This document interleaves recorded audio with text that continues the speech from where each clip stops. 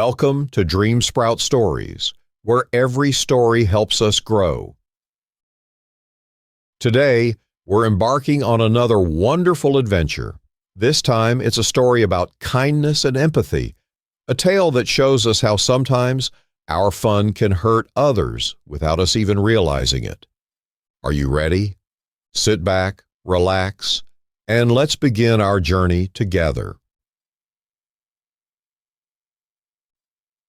The Boys and the Frogs.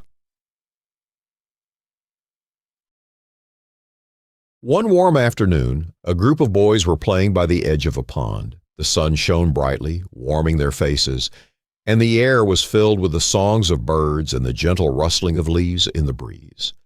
They laughed and splashed as they threw stones into the water, watching the ripples spread out across the surface.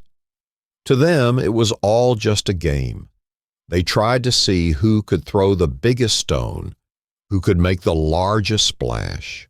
The boys cheered and laughed with each throw, their voices echoing through the peaceful forest. But beneath the water, things were not so joyful. The pond was home to a family of frogs, and every time a stone splashed into the water, the frogs had to dart out of the way. The frogs were frightened. "Why are they doing this?" one young frog croaked, his eyes wide with fear. "I don't know," replied his mother, her voice shaky. "We must hide." They didn't understand why the boys were throwing stones, and they hid among the reeds, trembling with fear. "I wish they would stop," whispered another frog, peeking out cautiously. "It feels like they don't care about us at all." One of the oldest frogs, who had lived in the pond for many seasons, watched the boys for a while. He was nervous and hesitated, knowing it could be risky to approach them. But he also knew he had to protect his family. With a deep breath, he decided he couldn't stay silent any longer. Carefully, he swam up to the edge of the pond just close enough so the boys could hear him.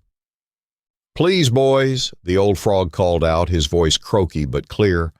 "Why are you throwing these stones?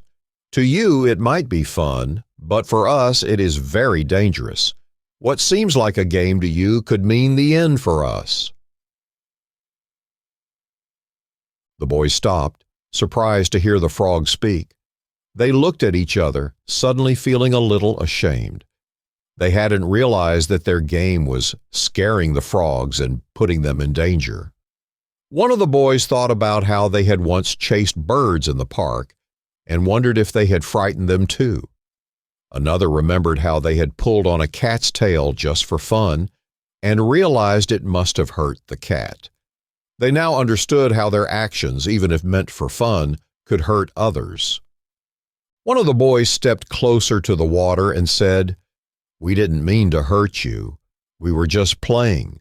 We didn't think about how it might feel for you." The old frog nodded.